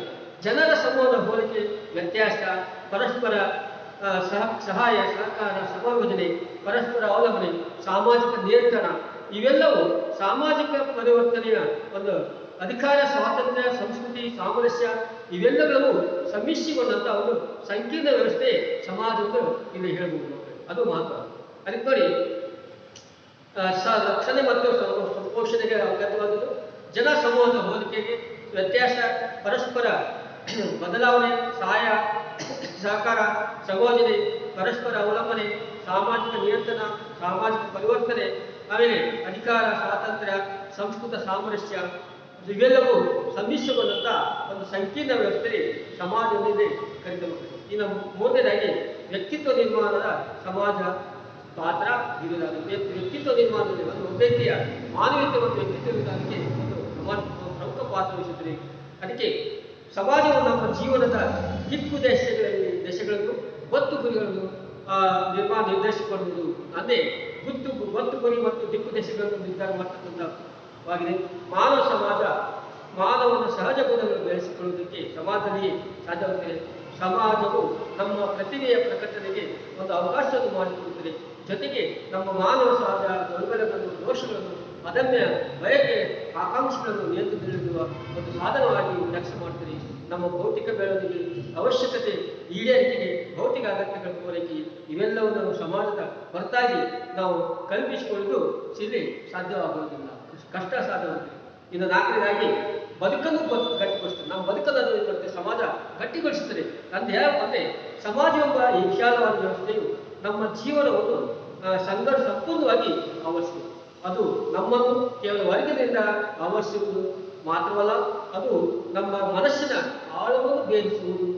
ಆಮೇಲೆ ವ್ಯಕ್ತಿ ಮತ್ತು ಸಮಾಜದ ನಡುವಿನ ಸಂಬಂಧವು ಸರಳವಾದುದು. ವ್ಯಕ್ತಿಯ ಸಾಮರ್ಥ್ಯ, ಅನನ್ಯತೆಯನ್ನು, ಚಿಂತನೆ ಮತ್ತು ಭಾವನೆಗಳನ್ನು ರೂಪಿಸುವುದು. ಆಮೇಲೆ ಈ ಮೂಲಕವಾಗಿ ನಮ್ಮ ಸಾಮಾಜಿಕ ಬದುಕನ್ನು ಗಟ್ಟಿಗೊಳಿಸತಕ್ಕಂಥ ಒಂದು ವ್ಯವಸ್ಥೆ ಸಮಾಜದ್ದು. ಆ ಸಮಾಜದ ಒಂದು ಮಹತ್ವ ಮತ್ತು ಪ್ರಾಮುಖ್ಯತೆಗೆ ಈ ಕಂಡು ಇನ್ನು ಸಮಾಜದ ವಿವಿಧ ಪ್ರಕಾರಗಳಿಗೆ ನಾವು ಅದಕ್ಕೆ ಸಮಾಜದ ವಿವಿಧ ಪ್ರಕಾರಗಳ ಬಗ್ಗೆ ತಿಳ್ಕೊಳ್ಳುತ್ತೇವೆ. ಇಲ್ಲಿ ಸಮಾಜವು ಒಂದೇ ತರನಾಗಿಲ್ಲ, ಅದು ಬದಲಾವಣೆ ಆಗ್ತಿರ್ತಾ ಹೋಗುತ್ತೆ. ಅದಕ್ಕೆ ಸಮಾಜವು ಒಂದೇ ತರನಾಗಿಲ್ಲ, ವಿವಿಧ ಬಗೆಯಲ್ಲಿ ಸಮಾಜಗಳಿವೆ. ಆದ್ದರಿಂದ ನಾವು ಸಮಾಜವನ್ನು ಉದ್ಯೋಗ ಮತ್ತು ದುಡಿಮೆಯ ಚಟುವಟಿಕೆಗಳ ಆಧಾರದಲ್ಲಿ ವಿವಿಧ ಬಗೆಯಲ್ಲಿ ವರ್ಗೀಕರಿಸುತ್ತೇವೆ. ಅವು ಯಾವುದೆಂದರೆ ಒಂದು ಬೇಟೆ ಆಹಾರ ಸಮಾಜ, ಬೇಟೆ ಆಹಾರ ಸಂಗ್ರಹ ಸಮಾಜ ಅಂತ ಕರಿತೀವಿ. ಅದೇ ರೀತಿಯಾಗಿ ಮೀನುಗಾರಿಕೆ ಸಮಾಜ, ಮೀನುಗಾರಿಕೆ ಮಾಡುವುದು, ಜೇನು ಮತ್ತು ಗೆಡ್ಡೆಗೆಣಸುಗಳನ್ನು ಸಂಗ್ರಹಿಸುವುದು ಪ್ರಮುಖ ಕಾರ್ಯವಾಗಿತ್ತು. ಇಲ್ಲಿ ವಯಸ್ಸು ಮತ್ತು ಲಿಂಗದ ಆಧಾರ ಮೇಲೆ ಸ್ಥಾನಮಾನ ನಿಗದಿಯಾಗುತ್ತದೆ. ಸಂಪತ್ತನ್ನು ಸಂಪಾದಿಸುವ ಆಶೆಯಲ್ಲಿ ಇರಲಿಲ್ಲ, ಹಂಚಿಕೊಂಡು ಬದುಕುವುದು ಈ ಸಮಾಜದ ಒಂದು ಲಕ್ಷ್ಯವಾಗಿರುತ್ತದೆ ಯೋಚನೆ ಮಕ್ಕಳು. ಅದಕ್ಕೆ ಬೇಟೆ ಸಮಾಜದ ಒಂದು ಜನರ ತಮ್ಮ ಆಹಾರಕ್ಕೆ ಪ್ರಾಣಿಗಳನ್ನು ಕಲ್ಲಿನ ಆಯುಧಗಳಿಂದ ಬೇಟೆಯಾಡುವ ಆಹಾರ ಸಮಾಜ. ಇನ್ನು ಪಶುಪಾಲನೆ ಮಾಡ್ತಕ್ಕ ಸಮಾಜ. ಇಲ್ಲಿ ಪಶುಪಾಲನೆ ಮಾನವ ಸಮಾಜ ವಿಕಾಸದಲ್ಲಿ ಪಶುಪಾಲನೆ ಒಂದು ಎರಡನೇ ಹಂತವಾಗಿದೆ. ಮತ್ತೆ ಬೇಟೆಯಾಡುವುದು ಎರಡನೇ ಮಾನವ ಪಶುಪಾಲನೆ. ಆಮೇಲೆ ಎಂದು ಹೇಳುತ್ತಾರೆ, ಒಂದು ಜನರು ತಮ್ಮ ಜೀವನ ಆಧಾರಕ್ಕೆ ಪಶುಗಳನ್ನು ಅಂದರೆ ಪಶುದೇನು ದನ, ಎಮ್ಮೆ, ಕುರಿ, ಕೋಳಿ, ಹಸು, ಆಡು, ಮೇಕೆ ಇತ್ಯಾದಿಗಳನ್ನು ಇವು ಹಿಂದುಳಿದಾಗಿ ಸಾಕುವ ಸಮಾಜ ಪಶುಪಾಲನಾ ಸಮಾಜ ಅಂತ ಕರೀತಾರೆ. ಈ ಸಮಾಜದಲ್ಲಿ ಸುಮಾರು 100ರಿಂದ 1000ಕ್ಕೂ ಇಲ್ಲಿ ಜನರಿದ್ದಾರೆ. ಪಶುಪಾಲನೆಯು ಈ ಸಮಾಜದ ಪ್ರಮುಖ ಕೆಲಸವಾಗಿತ್ತು. ಈ ಸಮಾಜವು ಒಬ್ಬ ನಾಯಕ ನಿಯಂತ್ರಣಕ್ಕೆ ಒಳಪಟ್ಟಿರುತ್ತದೆ. ಈ ಈ ಜನರು ಜೀವನೋಪಾಯದ ಅಗತ್ಯಗಳನ್ನು ಪೂರೈಸಿಕೊಳ್ಳಲಿಕ್ಕೆ ಪಶುಪಾಲನೆ, ಬೇಟೆಯಾಡುವಿಕೆ, ಆಹಾರ ಸಂಗ್ರಹ ಮಾಡುವುದು ಈ ಕೆಲಸಗಳಲ್ಲಿ ಅವರದೇ ಎರಡನೇ ಪಶುಪಾಲನೆ. ಇನ್ನು ಮೂರನೇದು ಅಲೆಮಾರಿ ಜೀವನ. ಅಲೆಮಾರಿ ಮತ್ತು ಅರೆ ಅಲೆಮಾರಿ ಬುಕ್ಕಟ್ಟು ಸಮಾಜ ಅಂದ್ರೆ ಅರೆ ಅಲೆಮಾರಿ ಒಂದು ಕಡೆಯಿಂದ ಮತ್ತೊಂದು ಕಡೆ ಅಧಿಕಾರಿ, ಅದಕ್ಕೊಂದು ಅರೆ ಅಲೆಮಾರಿ ಜೀವನ ಬುಕ್ಕಟ್ಟು. ಇಲ್ಲಿ ಮಾನವಶಾಸ್ತ್ರಜ್ಞರಲ್ಲಿ ಆರಂಭದಲ್ಲಿ ಪಶುಪಾಲನೆಯ ಹಿನ್ನೆಲೆಯನ್ನು ಮಾತ್ರ ಅಲೆಮಾರಿ ಸಮಾಜವನ್ನು ಗುರುತಿಸಿದ್ದಾರೆ. ಎನ್ಸೈಕ್ಲೋಪೀಡಿಯಾದ ಬ್ರಿಟಾನಿಕರ ಪ್ರಕಾರವಾಗಿ ಬ್ರಿಟಾನಿಕರ ಪ್ರಕಾರ ಅಲೆಮಾರಿತನವು ಒಂದು ಜೀವನ ವಿಧಾನ. ಅಲೆಮಾರಿತನ ಒಂದು ಜೀವನ ವಿಧಾನ. ಬೇಟೆ ಮತ್ತು ಆಹಾರ ಸಂಗ್ರಹಣೆ, ಪಶುಪಾಲನೆ ಅಥವಾ ವ್ಯಾಪಾರಕ್ಕಾಗಿ ಮಾನವ ಒಂದು ಕಡೆಯಿಂದ ಮತ್ತೊಂದು ಕಡೆ ನೆಲೆಯೂರದೆ ಒಂದು ದಿಕ್ಕು ದಿಶೆಯಲ್ಲಿದೆ ಕಾಲಾಂತರದಲ್ಲಿ ಒಂದು ಸ್ಥಳದಿಂದ ಮತ್ತೊಂದು ಸ್ಥಳಕ್ಕೆ ಅಲೆಯುವಿಕೆಯೇ ಅಲೆಮಾರಿ. ಒಂದು ಕಡೆ ಮತ್ತೊಂದು ಕಡೆ ದುಡಿಲಿಕ್ಕೆ, ಪ್ರಾಣಿ ಸಾಕಲಿಕ್ಕೆ, ಕೆಲಸ ಮಾಡಲಿಕ್ಕೆ ಒಂದು ಕಡೆ ಮತ್ತೊಂದು ಕಡೆ ಅಲೆತರ ಅದನ್ನೇ ಅಲೆಮಾರಿತನ ಎಂದು ನಾವೇನು ಕರಿತೀವಿ. ಇದು ವಲಸೆ ಪ್ರಕ್ರಿಯೆಗಳು ಜನ ಪಶುಪಾಲನೆ ಅಥವಾ ಇತರ ಕೃಷಿಕಗಳ ಹಿನ್ನೆಲೆಯಲ್ಲಿ ಸಮುದಾಯಗಳಲ್ಲದೆ ಸ್ಥಾಯಿಯಾಗಿ ಇಲ್ಲಿ ನೇಲೆ ನಿಂತರು ಪಶುಸಂಗೋಪನೆಗೆ ಅಥವಾ ಇತರ ಕೃಷಿಗಳಿಗೆ ಅನಿವಾರ್ಯವಾಗಿ ಮುಂದುವರಿಸುವುದು. ಇಲ್ಲಿ ಅಂತಹ ಸಮುದಾಯಗಳನ್ನು ಅರೆ ಅಲೆಮಾರಿ ಎಂದು ನಾವು ಸಮುದಾಯದವರಿಗೆ ಸೆಮಿ ಡ್ಯಾಮಿಡಿಕ್ ಟ್ರೈಬ್ಸ್ ಅಂತ ಕರೀತೇವೆ. ಈ ಕೈಲಾಗಲು ಈ ಸಮುದಾಯಗಳಲ್ಲಿರುವ ಸಾಮಾಜಿಕ, ಶೈಕ್ಷಣಿಕ, ಆರ್ಥಿಕ ಹಾಗೂ ರಾಜಕೀಯ ಭದ್ರತೆಯ ಆಧಾರದಲ್ಲಿ ಅನಿವಾರ್ಯ ಮತ್ತು ಅರೆ ಅನಿವಾರ್ಯ ಸ್ಥಿತಿಯನ್ನು ಇಲ್ಲಿ ನಿರ್ಧಾರ ಮಾಡಲಾಗುತ್ತದೆ ಮಕ್ಕಳೇ. ಈ ರೀತಿ ನಿರ್ಧಾರ ಮಾಡತಕ್ಕಂಥ ಇದೆ ಅನಿವಾರ್ಯ ಮತ್ತು ಅರೆ ಅನಿವಾರ್ಯ ಸಮಾಜ ಅಂತ ಇಲ್ಲಿ ಕರಿತೇವೆ. ಇನ್ನು ಕೃಷಿ ಸಮಾಜ ಅಂದರೆ ವ್ಯವಸಾಯ ಮಾಡುವ ಸಮಾಜ ಅಂತ ಇಲ್ಲಿ ಕರಿತೇವೆ. ಸಮಾಜದ ವಿಕಾಸದ ಈ ಹಂತದಲ್ಲಿ ಮಾನವ ಅನಿವಾರ್ಯ ಬದುಕನ್ನು ಬಿಟ್ಟು ಒಂದೆಡೆ ನೆಲೆನಿಂತು ಸ್ಥಳದಲ್ಲಿ ನೆಲೆನಿಂತು ವಾಸಿಸುತ್ತೇವೆ. ಈ ಸಮಾಜವು ಕೃಷಿಯನ್ನು ಅವಲಂಬಿಸಿದೆ. ಗ್ರಾಮವಾಸಿಗಳ ಸಮೂಹವಾಗಿದೆ. ಅದು ಗ್ರಾಮವಾಸಿಗಳ ಸಮೂಹವಾಗಿದೆ. ಹೆಚ್ಚಿನ ಜನರು ವ್ಯವಸಾಯವನ್ನು ಅವಲಂಬಿಸಿ ಬದುಕುವ ಸಮಾಜವನ್ನು ಕೃಷಿ ಸಮಾಜ ಎಂದು ಕರೆಯುತ್ತಾರೆ. ವ್ಯವಸಾಯದ ಮೂಲಕವಾಗಿ ಆಹಾರ ಉತ್ಪಾದನೆ ಕೃಷಿ ಸಮಾಜ ಮತ್ತೊಂದು ಲಕ್ಷಣವಾಗಿದೆ. ಕೃಷಿಗೆ ಬೇಸಾಯ, ವ್ಯವಸಾಯ ಇನ್ನು ಅನೇಕ ಹೆಸರುಗಳನ್ನು ಕರೀತಾರೆ. ಕಂತಂತ್ರೆ, ಒಕ್ಕಲುತನ ಅಂತ ಕರೀತಾರೆ. ಹಿಂಗೆ ಅನೇಕ ಹೆಸರುಗಳನ್ನು ಕೃಷಿಕಾರರು, ಬೇಸಾಯಗಾರರು, ರೈತರು ಎಂದು ಕರೆಯಲಾಗುತ್ತಾರೆ. ಕೃಷಿಗೆ ಹೆಚ್ಚಾಗಿ ನಾವು ಪ್ರಾಣಿ ಮತ್ತು ನೇಗಿಲನ್ನು ಬಳಸುತ್ತೇವೆ. ಅಂದರೆ ಎತ್ತು, ಎಮ್ಮೆ, ಕೋಣ, ಆಮೇಲೆ ನೇಗಿಲು, ಕಲ್ಟಿವೇಟರ್ಗಳು ಮತ್ತು ಕೂರಿಗೆ, ಕುಂಟೆ ಇವೆಲ್ಲವನ್ನು ಬಳಸ್ತಾರೆ. ಭಾರತ ಎಂದರೇನು? ಗ್ರಾಮಗಳ ನಾಡು ಅಂತ ಹೇಳ್ತಿರ್ತೇವೆ. ಕೃಷಿಕರ ಬೀಡು. ಭಾರತ ಗ್ರಾಮಗಳ ನಾಡು, ಕೃಷಿಕರ ಬೀಡು ಅಂತ ಹೇಳಲಾಗುತ್ತದೆ. ಭಾರತ ಪ್ರಾಚೀನ ಸಾಹಿತ್ಯದಲ್ಲಿ ಗ್ರಾಮಗಳ ಸಂಘಟನೆ, ಅವುಗಳ ಆಡಳಿತದ ಬಗ್ಗೆ ವಿಷಯವಾಗಿ ಹಲವು ವಿವರಣೆಗಳಲ್ಲಿ ಕಾಣಬಹುದು. ಋಗ್ವೇದದಲ್ಲಿ ಗ್ರಾಮ ಮುಖ್ಯಸ್ಥನೇ ಗ್ರಾಮಸ್ಥ. ಯಾರು ಗ್ರಾಮಸ್ಥ ಅಂದರೆ ಮುಖ್ಯಸ್ಥನಾಗಿರ್ತಾನೆ ಎಂದು ವರ್ಣಿಸ್ತಾ ಇದೆ. ಹಲವು ಗ್ರಾಮಗಳ ವಿಷ, ಜನ, ದೇಶ, ಆಡಳಿತ, ವಿಂಗಡಣೆ ಇವೆಲ್ಲ ಮಹಾಭಾರತದಲ್ಲಿ ಗ್ರಾಮದ ಮುಖ್ಯಸ್ಥನಿಗೆ ಗ್ರಾಮೀಣಿ ಎಂದು ಕರೆಯಲಾಗಿದೆ. ಗ್ರಾಮೀಣ ಎಂದು ಕರೆಯಲಾಗುತ್ತದೆ. ದಶಮುಖ, ಶತಮುಖ ಹಾಗೂ ಅಧಿಪತಿ ಎಂದು ಗ್ರಾಮ ಒಕ್ಕೂಟಗಳ ಮುಖ್ಯಸ್ಥರು ಇಲ್ಲಿ ಕರೆಯಲಾಗುತ್ತದೆ. ಮಾನವ ಸಮಾಜವು ಗ್ರಾಮ ಒಕ್ಕೂಟದಲ್ಲೇ ವಿಕಾಸವಾಗಿದೆ. ಮಾನವ ಸಮಾಜ ಗ್ರಾಮ ಒಕ್ಕೂಟದಲ್ಲೇ ವಿಕಾಸವಾಗಿದೆ ಎಂದು ಬೋರ್ಗಡಸ್ ಎಂಬುವನು ಅಭಿಪ್ರಾಯಪಟ್ಟಿದ್ದಾನೆ. ಆಮೇಲೆ ಗ್ರಾಮ ಎಂಬುದು ಅತ್ಯಂತ ಪ್ರಾಚೀನ ನೆಲೆಯಾಗಿರುತ್ತದೆ ಕೂಡ ಅದನ್ನು ಅರ್ಥಪೂರ್ಣವಾಗಿ ವ್ಯಾಖ್ಯಾನಿಸುವುದೇ ಸಾಧ್ಯವಾಗಿಲ್ಲ. ಬೋರ್ಗಾಡಸ್ ಎಂಬ ಶಾಸ್ತ್ರಜ್ಞ ಪ್ರಕಾರ ಕಡಿಮೆ ಜನಸಾಂದ್ರತೆಯುಳ್ಳ ಪ್ರದೇಶ, ಸರಳ ಪ್ರದೇಶ ಅಂತಂದರೆ ಕರಿತೀವಿ ಹಾಗೂ ಮಿತವಾದ ಜೀವನ ಸಾಗಿಸುವ ಪ್ರಾಥಮಿಕ ಸಂಬಂಧಗಳು ಬರುವ ಪ್ರದೇಶ ಅಂತಂದರೆ ಕುಟುಂಬಗಳ ಒಕ್ಕೂಟವೇ ಗ್ರಾಮ ಸಮುದಾಯವಿದೆ. ಎಸ್.ಸಿ. ಡುಬೆ ಅವರ ಪ್ರಕಾರವಾಗಿ ಒಂದೇ ಸ್ಥಳದಲ್ಲಿ ವಾಸವಾಗಿರುವ ಕುಟುಂಬಗಳ ಸಮೂಹ ಗ್ರಾಮ. ಒಂದೇ ಸ್ಥಳದಲ್ಲಿ ವಾಸವಾಗಿರುವ ಕುಟುಂಬಗಳ ಸಮೂಹವೇ ಗ್ರಾಮ ಎಂದು ಸಾಮಾಜಿಕ ವ್ಯವಸ್ಥೆಯಲ್ಲಿ ಸಾಮಾಜಿಕರಣ ಹಾಗೂ ಸಾಮಾಜಿಕ ನಿಯಂತ್ರಣಗಳ ಸಮರ್ಥವಾಗಿ ಕಾರ್ಯವನ್ನು ನಿರ್ವಹಿಸುತ್ತಿರುವ ಹೀಗೆ ನಿರಂತರ ಮಾಡ್ತಕ್ಕಂಥ ವ್ಯವಸ್ಥೆ ಕೃಷಿ ಸಮಾಜವಾಗಿದೆ. ಇನ್ನು ಸಾಮಾನ್ಯ ಶಕ ಪೂರ್ವ 3000 ಸುಮಾರಿಗೆ ನೇಗಿಲ ಸಂಶೋಧನೆಯೊಂದಿಗೆ ಕೃಷಿ ಕ್ರಾಂತಿ ಆರಂಭ ಮಾಡುತ್ತದೆ ಎಂದು ಇಲ್ಲಿ ಹೇಳ್ಬೋದು. ಗ್ರಾಮಗಳು ಈ ದೇಶದ ಈ ಜೀವನಾಡಿಗಳಿದ್ದಂತೆ ಭಾರತದಲ್ಲಿ ಸುಮಾರು 6 ಲಕ್ಷದಷ್ಟು ಇರುವ ಕೃಷಿ ಗ್ರಾಮಗಳು ಇವೆ. ಈ ದೇಶದ ಜೀವನಾಡಿಗಳಲ್ಲಿ ಭಾರತದಲ್ಲಿ ಸುಮಾರು 6 ಲಕ್ಷ ಇರುವ ಕೃಷಿ ಗ್ರಾಮಗಳು ಭಾರತೀಯ ಸಂಸ್ಕೃತಿ ಮತ್ತು ಪರಂಪರೆಯನ್ನು ಉಳಿಸಿ ದೇಶದ ಬಹುಸಂಖ್ಯಾತ ಜನಗಳು ಇಂದಿಗೂ ಗ್ರಾಮಗಳಲ್ಲಿ ವಾಸಿಸುತ್ತಾರೆ. ಆಮೇಲೆ ಕೃಷಿ ಕ್ಷೇತ್ರದಲ್ಲಿ ತಮ್ಮ ಜೀವನೋಪಾಯ ಕಂಡುಕೊಂಡಿದ್ದರೆ ಗ್ರಾಮೀಣ ಪ್ರದೇಶದಲ್ಲಿ ಶೇಕಡ 59% ಪುರುಷರು ಮತ್ತು ಶೇಕಡ 75% ಮಹಿಳೆಯರು ಜೀವನೋಪಾಯಕ್ಕೆ ಕೃಷಿಯನ್ನೇ ಅವಲಂಬಿಸಿದ್ದಾರೆ. ಹೀಗೆ ನಾವು ಕೃಷಿ ಸಮಾಜ ಬಗ್ಗೆ ನಾವು ತಿಳ್ಕೋಬೇಕು ಮಕ್ಕಳಿಗೆ. ಅದೇ ರೀತಿಯಾಗಿ ಗ್ರಾಮೀಣ ಸಮಾಜ, ಇಲ್ಲಿ ಗ್ರಾಮೀಣ ಸಮಾಜ ಅದು ಚಿಕ್ಕ ಗಾತ್ರ ಅಂದರೆ ಗ್ರಾಮೀಣ ಸಮಾಜ ಚಿಕ್ಕದಿದೆ, ಒಂದು ಗುಂಪಾಗಿರುತ್ತೆ. ಅದಕ್ಕೆ ಗ್ರಾಮೀಣ ಸಮಾಜದಲ್ಲಿ ಗ್ರಾಮವು ಗಾತ್ರದಲ್ಲಿ ಚಿಕ್ಕದಾಗಿರ್ತದೆ. ಮ್ಯಾಕ್ಸ್ ವೇಜರ್ ಎಂಬ ಹೇಳಿದಂತೆ ಬಹುಸಂಖ್ಯೆಯ ಭಾರತೀಯರು ಗ್ರಾಮಗಳಲ್ಲಿ ವಾಸಿಗಳಾಗಿದ್ದಾರೆ. ಇದರ ಪ್ರಭಾವವನ್ನು ಜನತೆಯ ಸಾಮಾಜಿಕ ಜೀವನದ ಮೇಲೆ ಕಾಣಬಹುದು. ಗ್ರಾಮ ಸಾಮಾನ್ಯವಾಗಿ ಚಿಕ್ಕ ಗಾತ್ರವಿರುತ್ತದೆ, ಜನಸಾಂದ್ರತೆ ದಟ್ಟವಾಗಿ ಇಲ್ಲಿ ಇರುವುದಿಲ್ಲ. ಮತ್ತೆ ಇನ್ನು ಪ್ರಾಥಮಿಕ ಹಾಗೂ ಕೌಟುಂಬಿಕ ಸಂಬಂಧಗಳ ಪ್ರಭಾವ. ಇಲ್ಲಿ ಪ್ರಾಥಮಿಕ ಮತ್ತು ಕೌಟುಂಬಿಕ ಸಂಬಂಧ ಇರುತ್ತದೆ. ಗ್ರಾಮೀಣ ಸಮಾಜದಲ್ಲಿ ನೇರವಾಗಿ ಪ್ರಾಥಮಿಕ ಸಂಬಂಧಗಳು ಇರುತ್ತವೆ. ಅಂದರೆ ಇಲ್ಲಿ ವ್ಯಕ್ತಿಯ ನಡುವೆ ಸಂಬಂಧ ಇರುತ್ತದೆ. ಸ್ನೇಹ, ಪ್ರೀತಿ ಮತ್ತು ಬಂಧುತ್ವ ಮುಂತಾದವುಗಳಲ್ಲಿ ಕಾಣಬಹುದಾಗಿದೆ. ಕುಟುಂಬವು ಸಹಿತ ಅನೇಕ ವಿಧಗಳಲ್ಲಿ ಸಾಮಾಜಿಕ ಜೀವನದ ಮೇಲೆ ಪ್ರಭಾವ ಬೀರುತ್ತದೆ. ಅವಿಭಕ್ತ ವಿಶಾಲ ಕುಟುಂಬವು ಭಾರತ ಗ್ರಾಮಗಳ ಒಂದು ಮುಖ್ಯವಾದ ಲಕ್ಷಣವಾಗಿದೆ. ಇನ್ನು ಮೂರನೇದಾಗಿ ಸರಳ ಆರ್ಥಿಕ ಜೀವನ. ಇಲ್ಲಿ ಯಾವಾಗಲೂ ಸಿಂಪಲ್ ಆಗಿ ಜೀವನ ನಡೆಸ್ತದೆ, ಸರಳ ಜೀವನ ನಡೆಸ್ತದೆ, ಯಾವುದು ಮುಖ್ಯವಾಗಿದೆ. ಅದಕ್ಕೆ ಸರಳ ಆರ್ಥಿಕ ಜೀವನದಲ್ಲಿ ವಿಶೇಷವಾಗಿ ಗ್ರಾಮೀಣ ಭಾರತೀಯರ ವ್ಯವಸಾಯ ಪ್ರಕೃತಿಯನ್ನೇ ಅವಲಂಬಿಸಿದೆ. ಗ್ರಾಮೀಣ ಜೀವನ ಹೆಚ್ಚು ಸರಳವಾಗುವುದು, ಮಿತವಾಗುವುದು, ನಿಶ್ಚಿತ ಆದಾಯದಿಂದ ಹಾಗೂ ಕಡಿಮೆ ಆದಾಯದಿಂದ ಗ್ರಾಮಗಳ ಜನತೆ ಮಿತವಾದ ನಿರಾಡಂಬರ ಜೀವನವನ್ನೇ ಸಾಗಿಸಬೇಕಾಗುತ್ತದೆ.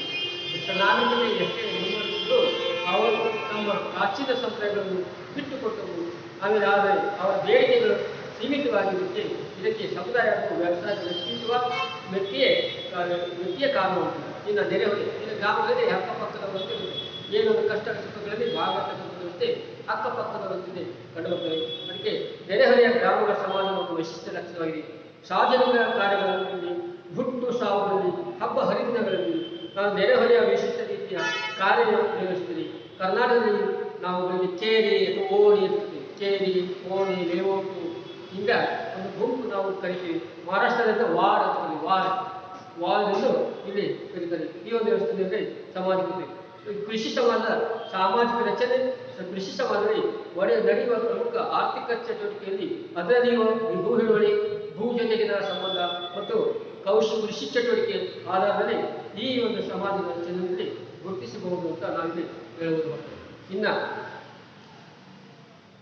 ಜಾಜ್ಮಾನಿ ಪದ್ಧತಿ ಏನ್ ಕರೀತಾರೆ? ಜಾಜ್ಮಾನಿ ಪದ್ಧತಿ ಅಂತ ಇಲ್ಲಿ ಕರಿತ ಮಕ್ಕಳೇ.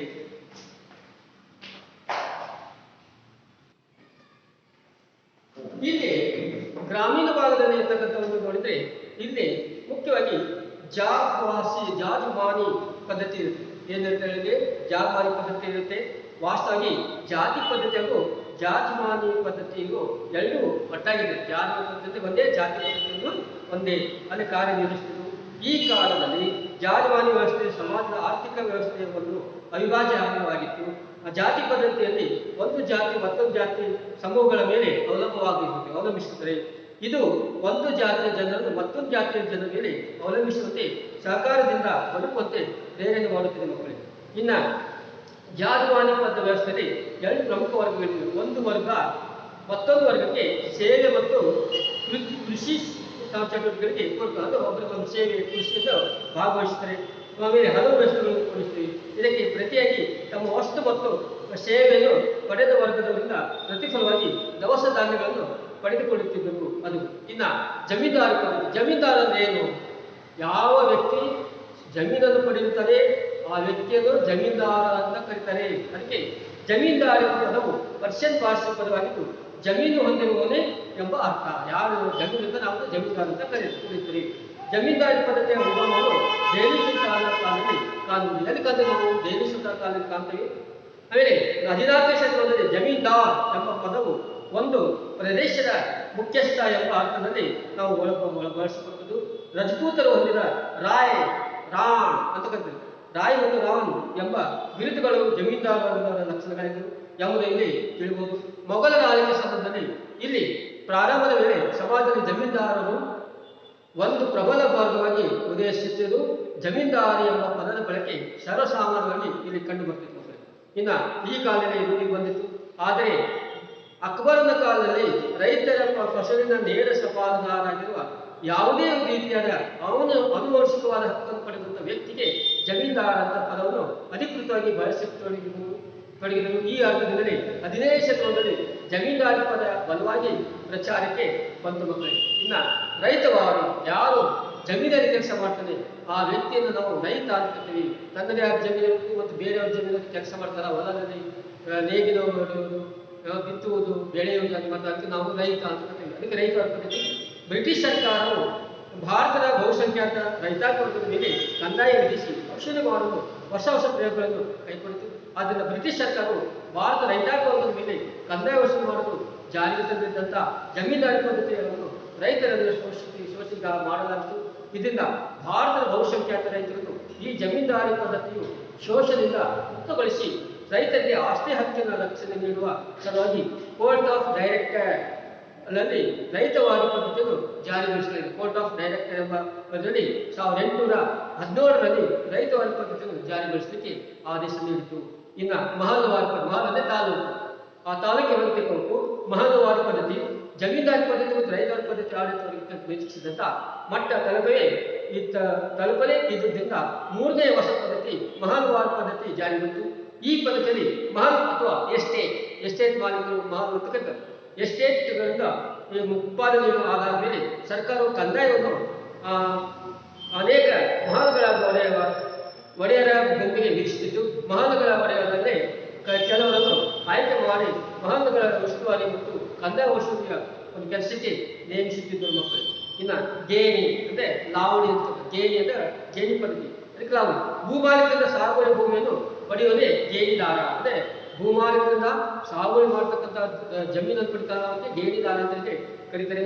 ಆ ಗೇಣಿದಾರರಲ್ಲಿ ಗೇಣಿದಾರರಲ್ಲಿ ಶಾಶ್ವತ ಹಕ್ಕಿಗೆ ಗೇಣಿದಾರ, ತಾತ್ಕಾಲಿಕ ಹಕ್ಕಿಗೆ ಗೇಣಿದಾರ ಎಂಬ ಎರಡು ಪ್ರಕಾರಗಳಿವೆ. ಶಾಶ್ವತ ಹಕ್ಕಿನ ಗೇಣಿದಾರರು ಈ ಒಂದು ವ್ಯವಸ್ಥೆಯಲ್ಲಿ ತಾತ್ಕಾಲಿಕ ಒಂದು ವ್ಯವಸ್ಥೆಯಲ್ಲಿ ಮಾಡ್ತಿರಬೇಕು. ಈ ಎರಡು ಪ್ರಕಾರಗಳು ಶಾಶ್ವತ ಹಕ್ಕಿನ ಗೇಣಿದಾರ ತಾವು ಉಳಿವೆ ಮಾಡೋದ್ರಿಂದ ಸ್ವಲ್ಪ ಹಕ್ಕನ್ನು ಪಡೆಯುತ್ತವೆ. ಆದರೆ ತಾತ್ಕಾಲಿಕ ಹಕ್ಕಿನ ಗೇಣಿದಾರ ತಾವು ಉಳುವ ಜಮೀನಿನ ಮೇಲೆ ಯಾವುದೇ ಹಕ್ಕನ್ನು ಹೊಂದಿರುವುದಿಲ್ಲ. ಆದ್ದರಿಂದ ಟೆನೆನ್ಸಿ ಕಾಯ್ದೆ ಅಂತ ಬರ್ತದೆ. ಈ ಭೂಮಾಲೀಕರ ಭೂಮಿಯನ್ನು ಕಿತ್ತುಕೊಂಡು ಬೇರೆ ಕೊಡಬಹುದು. ಇವರ ಅನಾನುಕೂಲಗಳನ್ನು ಸರಿಪಡಿಸಲಿಕ್ಕೆ ಸರ್ಕಾರ ಗೇಣಿ ನಿಯಂತ್ರಣ ಕಾನೂನನ್ನು ಜಾರಿಗೆ ತಂತು. ಆಮೇಲೆ ಗೇಣಿದಾರರು ಭೂ ಒಡೆತದ ಹಕ್ಕನ್ನು ಶಾಸನದಲ್ಲಿ ಜಾರಿಗೊಳಿಸಿದ್ದು ಅದನ್ನು ಭೂ ಸುಧಾರಣೆ ಎಂದು ಕರೆಯಲಾಗಿದೆ. ಭೂ ಸುಧಾರಣೆಯ ಮೇಲೆ ಗರಿಷ್ಠ ಮಿತಿ ಏರ್ಪಡಿಸಿದೆ. ಇನ್ನು ನಗರ ಸಮಾಜ ಅಂದ್ರೆ ನಗರಗಳ ಸಮಾಜ. ನಗರ ಸಮಾಜ ಮಾದರಿ ಎನಿಸಿದೆ. ಜೊತೆಗೆ ಅಷ್ಟೇ ಸಂಕೀರ್ಣವಾದ ನಗರ ಜೀವನ, ಅತೀವ ಜನಸಂಖ್ಯೆಯಿಂದ ವಿವಿಧ ಸಾಂಸ್ಕೃತಿಕ ವೈದ್ಯಕ ರಚನಾತ್ಮಕ ಭಿನ್ನತೆ ಮತ್ತು ಲಕ್ಷಣಗಳು ತನ್ನೊಳಗೆ ರೂಢಿಸಿಕೊಳ್ಳುವುದು ಸಹಜ ಎನಿಸಿದ್ರು. ನಗರ ಸಮಾಜ ಗಾತ್ರ ಹೆಚ್ಚಾದಂತೆ ಅಲ್ಲಿನ ವೈಪರೀತ್ಯ ಬೆಳವಣಿಗೆಗಳು ಇಲ್ಲಿ ಜೀವನವನ್ನು ಒಂದು ರೀತಿಯ ಸಮಸ್ಯೆಯ ಅಂಚಿಗೆ ತಳ್ಳುತ್ತದೆ. ಇವುಗಳ ನಡುವೆಯ ನಗರ ಜೀವನ ಯಾವತ್ತೂ ಸ್ವಾಗತಾರ್ಹವಾಗಿರುವುದು ಇತಿಹಾಸದ ಪುಟಗಳಿಂದ ಮತ್ತು ಪ್ರಸ್ತುತವಾದ ಪ್ರಕ್ರಿಯೆಗಳಲ್ಲಿ ಕಂಡುಬರುತ್ತದೆ ಮಕ್ಕಳಿಗೆ. ಇನ್ನು ಇತ್ತೀಚೆಗಂತೂ ನಗರ ಜೀವ ಸಮುದಾಯಗಳ ಬೆಳವಣಿಗೆ, ನಗರ ಸಮುದಾಯ ಅಭಿವೃದ್ಧಿಯ ಚಟುವಟಿಕೆಗಳು ಆಶಾದಾಯಕವಾಗಿವೆ. ಆಧುನಿಕ ಸಮಾಜವು ನಗರ ಸಮಾಜವಾಗಿ ನವೀಕರಣಗೊಂಡ ಸಂಕೀರ್ಣ ಸಮಾಜವಾಗುತ್ತದೆ. ಇನ್ನು ಭಾರತದಲ್ಲಿ ನಗರ ಜೀವನ ಇನ್ನು ನಿನ್ನೆದೆಲ್ಲ ವಿಶ್ವದಲ್ಲಿ ಅತಿ ಪುರಾತನ ನಾಗರಿಕತೆ ಮತ್ತು ನಗರ ಜೀವನ ಅಳವಡಿಸಿಕೊಂಡಂಥ ಸಮಾಜ ಇದು. ಮೆಸೊಪೊಟೇಮಿಯ, ಈಜಿಪ್ಟ್ ನಾಗರಿಕತೆ ಇದೆಲ್ಲ ಸಮಾಜ ವ್ಯವಸ್ಥೆಯಲ್ಲಿ ಕಂಡುಬರುತ್ತದೆ ಮಕ್ಕಳಿಗೆ. ಇನ್ನು ನಂತರದಲ್ಲಿ ಬಂದು ಸಿಂಧು ನದಿಯ ಉತ್ಪನ್ನದಲ್ಲಿ ಹೊರಹೊಮ್ಮಿದಂಥ ಅತ್ಯಾಧುನಿಕವಾದ ನಾಗರಿಕತೆ, ನಗರ ಯೋಜನೆ, ನಗರ ಜೀವನ ಅಭಿವೃದ್ಧಿಪಡಿಸಿದ ಕೀರ್ತಿ ಭಾರತದಲ್ಲಿ ಈ ಭಾರತದ ಅರಬ್ಬು, ಮೈಜಲಾಲ್, ಲೋಥಲ್, ಕಾಲಿಮಂಗನ್ ಮತ್ತು ಹೀಗೆ ಅನೇಕ ದೊಡ್ಡ ದೊಡ್ಡ ಚಿಕ್ಕ ಗಾತ್ರದ ನಗರ ಸಮುದಾಯಗಳು ನಾವು ಹುಟ್ಟುಹಾಕಿದ ಕೀರ್ತಿ ನಮ್ಮದಾಗಿದೆ. ಆಮೇಲೆ ನಾಗರಿಕತೆ ಮತ್ತು ನಗರ ಜೀವನ ಒಂದು ಪರಸ್ಪರ ಪೂರಕವೆನಿಸಿದೆ. ಅಂದರೆ ನಾಗರಿಕತೆಯ ಬೆಳವಣಿಗೆಯಲ್ಲಿ ನಾವು ನಗರ ಜೀವನದ ಮುಂದೆ ಹೊರಹೊಮ್ಮುತ್ತದೆ. ನಾವಿಲ್ಲಿ ಸ್ಥಿತಿಗೆ ಬಂದಿದ್ದು. ಇನ್ನು ಕೃಷಿ ಕೈಗಾರಿಕೆ ಸಮಾಜ, ಇದು ಕೈಗಾರಿಕೆ ಅಂದರೆ ಕಾರ್ಖಾನೆಗಳಿರ್ತಂಥ ಸಮಾಜ. ಕೈಗಾರಿಕೀಕರಣದಿಂದ ಜೊತೆಯಲ್ಲಿ ಇಂಥ ಸಮಾಜ ಹುಟ್ಟಿಕೊಳಿತು ವೈಜ್ಞಾನಿಕ ವಿಧಾನಗಳನ್ನು ಉತ್ಪಾದನೆ ಬಳಸುವುದು ಹಾಗೂ ಶಕ್ತಿ ಮೂಲಗಳನ್ನು ತೊಡಗಿಸಿಕೊಳ್ಳುವುದು ಈ ಸಮಾಜದ ಲಕ್ಷ್ಯವಾಗಿದೆ. ಹಾಂಗ್ಕಾಂಗ್, ದಕ್ಷಿಣ ಕೊರಿಯಾ, ಸಿಂಗಪೂರ್, ಬ್ರೆಜಿಲ್, ಮೆಕ್ಸಿಕೋ ಈ ಪಟ್ಟಣಗಳಲ್ಲಿ ಸೇರಿದೆ. ಸೀಮಿತ ಸಂಖ್ಯೆಯ ಜನರು ಕೃಷಿಯನ್ನು ಅವಲಂಬಿಸಿದರೆ ಬಹುತೇಕ ಜನರು ನಗರ ಪಟ್ಟಣಗಳಲ್ಲಿ ಕೈಗಾರಿಕೆ ಅವಲಂಬಿಸಿದೆ. ಕೈಗಾರಿಕೆ ಸಮಾಜ ಉತ್ಪಾದನೆ ಮಾನವ ಸಮಾಜದಿಂದ ನಡೆಯುತ್ತದೆ, ಯಂತ್ರದ ತಾಂತ್ರಿಕತೆಯಿಂದ ನಡೆಯುತ್ತಿರುತ್ತದೆ. ಇಲ್ಲಿ ಉತ್ಪಾದನೆ ಅಗಾಧ ಪ್ರಮಾಣದಲ್ಲಿ ಇರುತ್ತದೆ. ಇದು ಶ್ರಮ ವಿಭಜನೆಯನ್ನು ಹೆಚ್ಚಾಗಿ ಅವಲಂಬಿಸುತ್ತದೆ. ಕೈಗಾರಿಕಾ ಕ್ರಾಂತಿ ಫಲವಾಗಿ ಸಾಮಾನ್ಯ ಶಕ 1760 ಸಮಾಜದಲ್ಲಿ ಉತ್ಪಾದನಾ ಪ್ರಕ್ರಿಯೆಯಲ್ಲಿ ಸ್ಥಿತಿಗೊಳ್ಳುತ್ತದೆ. ಆದರೆ ಇದರ ಫಲವಾಗಿ ಮಾನವ ಶ್ರಮ ಆಘಾತ ಕೈಗಾರಿಕೆಗಳು ಉತ್ಪಾದನಾ ಕ್ರಮವು ಯಾಂತ್ರಿಕತೆಯಾಗಿ ಒಳಪಡುತ್ತದೆ. ಪ್ರಾರಂಭದ ಹಂತದಲ್ಲಿ ಹಬೆ ಆಧಾರಿತವಾದ ಯಂತ್ರಗಳನ್ನು ಮೂಲಕವಾಗಿ ಉತ್ಪಾದನೆ ಪ್ರಾರಂಭದ ನಂತರ ಹಂತದಲ್ಲಿ ವಿದ್ಯುತ್ ಚಾಲಿತ ಯಂತ್ರಗಳು ಕೈಗಾರಿಕೆ ವ್ಯವಸ್ಥೆಯನ್ನು ಬೃಹತ್ ಪ್ರಮಾಣದಲ್ಲಿ ರೂಪಿಸಿದೆ. ಟೆಕ್ಸ್ಟೈಲ್ಗಳ ಯಾಂತ್ರಿಕತೆ, ಆಮೇಲೆ ಹತ್ತಿ ನೂಲುವ ತಯಾರಿಕೆ ಮತ್ತು ಬಟ್ಟೆ ತಯಾರಿಕೆಯನ್ನು ಪ್ರೋತ್ಸಾಹಿಸುವ ಮೂಲಕ ಪ್ರಭಾವ ಆರಂಭವನ್ನು ಇಂದು ಕಲ್ಲಿದ್ದಲ ಮೂಲಕವಾಗಿ ಇಲ್ಲಿ ಬೃಹತ್ ಪ್ರಮಾಣದ ಬಾಯ್ಲರ್ಗಳ ಮೂಲಕವಾಗಿ ಕಬ್ಬಿಣವನ್ನು ಕರಗಿಸುವ ಯಾವುದನ್ನು ಬೇಕಾದರೂ ಕರಗಿಸುವ ಒಂದು ಹಂತಕ್ಕೆ ಕೈಗಾರಿಕೆ ಬಂದು ನಿಂತಿದೆ. ಇನ್ನು ಕೈಗಾರಿಕೆ ಸಮಾಜದಲ್ಲಿ ಲಕ್ಷಣಗಳಲ್ಲಿ ಕೆಳಗಿಂತ ನಾವು ಲಕ್ಷಣಗಳು ಇನ್ನು ಕೈಗಾರಿಕಾ ಲಕ್ಷಣ ಕೃಷಿ ಆಧಾರಿತ ಕೈಗಾರಿಕೆ ಅಂದರೆ ಕೈಗಾರಿಕಾ ಆಧಾರಿತ ಆರ್ಥಿಕತೆ ಕೈಗಾರಿಕಾ ಆರ್ಥಿಕತೆ ಕಂಡುಬರ್ತದೆ. ಹಲವು ವರ್ಗಗಳು ವಿಭಾಗವಾಗುತ್ತದೆ. ಬಂಡವಾಳಶಾಹಿ ವರ್ಗ, ಕಾರ್ಮಿಕರ ವರ್ಗ ಮತ್ತು ಸಣ್ಣ ವ್ಯಾಪಾರ ವರ್ಗ ಇವುಗಳನ್ನು ಕಂಡುಬರ್ತದೆ. ವೃತ್ತಿಪರತೆ ದುಡಿಮೆಯಲ್ಲಿ ಕೆಲಸ ಮಾಡ್ತಾರೆ. ಈ ಸಮಾಜದಲ್ಲಿ ದುಡಿಮೆ ವೃತ್ತಿಪರತೆ ತಾಂತ್ರಿಕ ಸಹಕಾರ ಮತ್ತು ಅನೇಕ ಕಾರ್ಯಗಳಲ್ಲಿ ಕಂಡುಬರ್ತವೆ. ಇನ್ನು ಬೇಕಾದ ಕೌಶಲ ಜ್ಞಾನ ತರಬೇತಿ ಇವೆಲ್ಲ ಕಂಡುಬರ್ತದೆ. ಇನ್ನು ಸಾರಿಗೆ ಸಂಪರ್ಕ ಅಂದರೆ ಟ್ರಾನ್ಸ್ಪೋರ್ಟ್ ಕಮ್ಯುನಿಕೇಶನ್ ಇದು ಸಹ ಕೈಗಾರಿಕಾ ಸಮಾಜದಲ್ಲಿ ಬಹು ವಿಸ್ತೃತವಾದ ಸಾರಿಗೆ ಮತ್ತು ಸಂಪರ್ಕ ಮಾಧ್ಯಮಗಳ ವಿಸ್ತರಣೆಯಾಗುತ್ತದೆ. ಉತ್ಪಾದನೆ ಬೇಕಾದ ಕಚ್ಚಾ ಸಾಮಗ್ರಿಗಳು ಕಾರ್ಖಾನೆ ತರಲಿಕ್ಕೆ ಮತ್ತು ಉತ್ಪಾದಿತ ವಸ್ತುಗಳನ್ನು ಮಾರುಕಟ್ಟೆ ವಿಸ್ತೃತವಾದ ಸಾರಿಗೆ ಸಂಪರ್ಕ ಸಮಾಜದಲ್ಲಿ ಕಂಡುಬರುತ್ತದೆ. ಇನ್ನು ವಲಸೆ ವೆಚ್ಚ ಇನ್ನು ಎಲ್ಲಿ ಕೈಗಾರಿಕೆ ವಲಸೆ ಪ್ರಮಾಣ ಎಲ್ಲರೂ ಹಳ್ಳಿ ಬಿಟ್ಟು ಪಟ್ಟಣ ಸೇರ್ತಕ್ಕಂಥ ಸ್ಥಿತಿ ಬಂದಿದೆ. ಅದಕ್ಕೆ ಕೈಗಾರಿಕಾ ಕ್ರಾಂತಿ ನಂತರ ವಲಸೆ ನಮ್ಮ ಗ್ರಾಮೀಣ ಪ್ರದೇಶದ ಕೃಷಿಯನ್ನು ಆರ್ಥಿಕತೆಯನ್ನು ಅಲಗಾಡಿಸಿತು. ಇದು ಗ್ರಾಮೀಣ ಸಮಾಜದ ಅಂದರೆ ಸಾಂಸ್ಥಿಕ ವ್ಯವಸ್ಥೆಯ ಒಳಗಡೆ ಅನೇಕ ವಿನಾಗ್ರಹಗಳನ್ನು ರೂಪಿಸುತ್ತಾರೆ. ಇದರ ಪರಿಣಾಮವಾಗಿ ಅವಿಭಕ್ತ ಕುಟುಂಬಗಳು ಹೋಗಿ ವಿಭಕ್ತ ಕುಟುಂಬ ಅಸ್ತಿತ್ವವನ್ನು ಕಳೆದುಕೊಂಡು ಚಿಕ್ಕ ಕುಟುಂಬಗಳಾಗಿ ರೂಪುಗೊಳ್ಳಲು ಪ್ರಯತ್ನಿಸುತ್ತವೆ. ಅಷ್ಟೇ ಕೈಗಾರಿಕಾ ಸಮಾಜವು ವೃತ್ತಿಪರತೆಯ ಮೂಲಕ ವ್ಯಕ್ತಿ ಕೇಂದ್ರಿತವಾದ ವೈಯಕ್ತಿಕವನ್ನು ಇಲ್ಲಿ ಹುಟ್ಟುತ್ತೇವೆ. ಇನ್ನು ಕೊನೆಯದಾಗಿ ನಾವು ಬಂದರೆ ಮಾಹಿತಿ ಸಮಾಜ ಅಂದ್ರೆ ಇನ್ಫಾರ್ಮೇಶನ್ ಸೊಸೈಟಿ ಅಂತ ಹೇಳ್ತಾರೆ. ಇಲ್ಲಿ ಮಾಹಿತಿಯ ಸಮಾಜ ಅನ್ನೋದು ಎಲ್ಲ ವರ್ಗಕ್ಕೂ ಎಲ್ಲರಿಗೂ ಇನ್ಫಾರ್ಮೇಶನ್ ಇರ್ತದೆ, ಅವಶ್ಯಕವಾಗಿರುವಂಥ ಹೆಚ್ಚು ಪ್ರಾಮುಖ್ಯತೆ ಪಡೆದಿದೆ. ಈ ಸಮಾಜದಲ್ಲಿ ಜನರು ಏನೇ ಸೌಲಭ್ಯಗಳನ್ನು ಮತ್ತು ಕುಂದುಕೊರತೆಗಳನ್ನು ನೆರವೇರಿಸುವುದಕ್ಕೆ ಮಾಹಿತಿ ಸಮಾಜದ ಕಡೆ ಮೊರೆ ಹೋಗುವುದು ಸಹಜವಾಗಿದೆ. ಮುಂದಿನ ಜೀವನಕ್ಕೆ ಅವಶ್ಯಕವಿರುವಂತೆ ಈ ಶಿಕ್ಷಣ, ವಾಣಿಜ್ಯ, ಕೈಗಾರಿಕೆ ಇದು ಮುಂತಾದ ಅಂಶಗಳಿಗೆ ಸಂಬಂಧಿಸಿದಂತೆ ಮಾಹಿತಿ ಸಮಾಜ ಸಹಕಾರವಾಗುತ್ತದೆ. ಮಾಹಿತಿ ಸಮಾಜ ಕುರಿತ ಅಧ್ಯಯನಗಳು ಮತ್ತು ಸಿದ್ಧಾಂತಗಳು ಆರ್ಥಿಕತೆಯ ಮೇಲೆ ಆ ಜ್ಞಾನದ ಹಿಡಿತವನ್ನು ಕುರಿತು ಪ್ರಮುಖವಾಗಿ ಎರಡು ರೀತಿಯ ಚರ್ಚೆಗಳು ನಡೆಸಿ. ಒಂದು ಸಮಾಜ ಆರ್ಥಿಕ ಜೀವನದಲ್ಲಿ ಮಾಹಿತಿ ತಂತ್ರಜ್ಞಾನದ ಪ್ರಾಮುಖ್ಯತೆ ಹೆಚ್ಚಳ ಮತ್ತು ಅದರ ಪ್ರಭಾವವನ್ನು ನಾವು ಕುರಿತಿದ್ದಾದರೆ, ಮತ್ತೊಂದು ತಾಂತ್ರಿಕ ಪ್ರಾಮುಖ್ಯತೆ ಹೆಚ್ಚಳ ಮತ್ತು ಅದರ ಪ್ರಭಾವವನ್ನು ಕುರಿತಿದ್ದಾದರೆ ಮತ್ತೊಂದು ಮಾಹಿತಿ ಸ್ವರೂಪೇ ಮಾರುಕಟ್ಟೆ ಸಹಕಾರ ವಿಭಾಗದಲ್ಲಿ ಈ ಬಗ್ಗೆ ವಿಶ್ಲೇಷಣೆ. ಹೀಗಾಗಿ ಜ್ಞಾನ ಎಂಬುದು ಒಂದು ಸಮಕಾಲೀನ ಜಾಗತಿಕ ಒಂದು ಮುಕ್ತವಾದ ಸಮಾಜದಲ್ಲಿ ಕೇವಲ ಒಬ್ಬ ವ್ಯಕ್ತಿ ಅಥವಾ ಸಂಸ್ಥೆಯ ಸ್ವತ್ತು ಅಥವಾ ಆಸ್ತಿಯಾಗಿದೆ. ಯಾಕಂದರೆ ಹೊಸ ಉತ್ಪಾದನಾ ತಾಂತ್ರಿಕತೆಯ ಮುಖ್ಯವಾದ ಕಿಡಿಕೆಯಾಗಿದೆ. ಅಂದರೆ ಹೊಸ ತಂತ್ರಜ್ಞಾನ ಪರಿಕರಗಳಲ್ಲಿ ಕಂಪ್ಯೂಟರೈಸೇಷನ್ ಬರ್ತದೆ. ಇತ್ಯಾದಿ ಜ್ಞಾನವು ವಿನಿಯೋಗಗೊಳ್ಳುತ್ತದೆ. ಕಂಪ್ಯೂಟರ್ಗಳು ಮಾಹಿತಿ ಕೇಂದ್ರಗಳಾಗಿವೆ. ಇದು ಕಂಪ್ಯೂಟರ್ ಮಾಹಿತಿ. ಇಷ್ಟು ನಾವು ಈ ಸಮಾಜ ಪ್ರಕಾರ ಬಗ್ಗೆ ನಾವು ತಿಳ್ಕೊಂಡಿದ್ದೇವೆ. ನೀವೆಲ್ಲ ಈ ಸಮಾಜ ಎಷ್ಟು ಅನುಕೂಲ ಆಗಿದೆ, ನಾವು ಈ ಬದಲಾವಣೆ ಆಗಿದೆ ಅನ್ನೋ ಪ್ರಕಾರ ನಾವು ತಿಳ್ಕೊಂಡ್ವಿ. ಸಮಾಜದ ನಮ್ಮ ಸುತ್ತಮುತ್ತಲಿರುವಂಥ ಪ್ರದೇಶದಲ್ಲಿ ಜನರಲ್ಲಿ ವಾಸಿಸುವ ಸಮಾಜದ ಜೊತೆಗೆ ಇಷ್ಟು ನಾವು ಈ ಪಾಠ ಮುಗಿಸಿ ಈಗ ನಿಮಗೆ ಗೃಹ ಪಾಠಗಳಲ್ಲಿ ಕೊಡ್ತೀವಿ. ಈ ಪಾಠದಲ್ಲಿ ಕೆಲವು ಪ್ರಶ್ನೆಗಳು ಬೇಕಾದ್ರೆ ಆ ಪ್ರಶ್ನೆಗಳನ್ನು ನೀವು ಬಿಟ್ಟಷ್ಟು ತುಂಬಿರಿ. ಆಮೇಲೆ ಪ್ರಶ್ನೆಗಳು ಉದ್ದೇಶಿಸಿ ಈ ಒಂದು ಅಷ್ಟು ಮಾಡ್ತಾ ಇಲ್ಲಿಗೆ ಈ ಪಾಠ ಮುಗಿಸ್ತೀವಿ. ಇದನ್ನು ಮತ್ತೆ ನಾಳೆ ಮುಂದಿನ ಪಾಠವನ್ನು ತೋರಿಸ್ತಾ ಇವತ್ತಿನ ಪಾಠ ತೋರಿಸ್ತೀವಿ.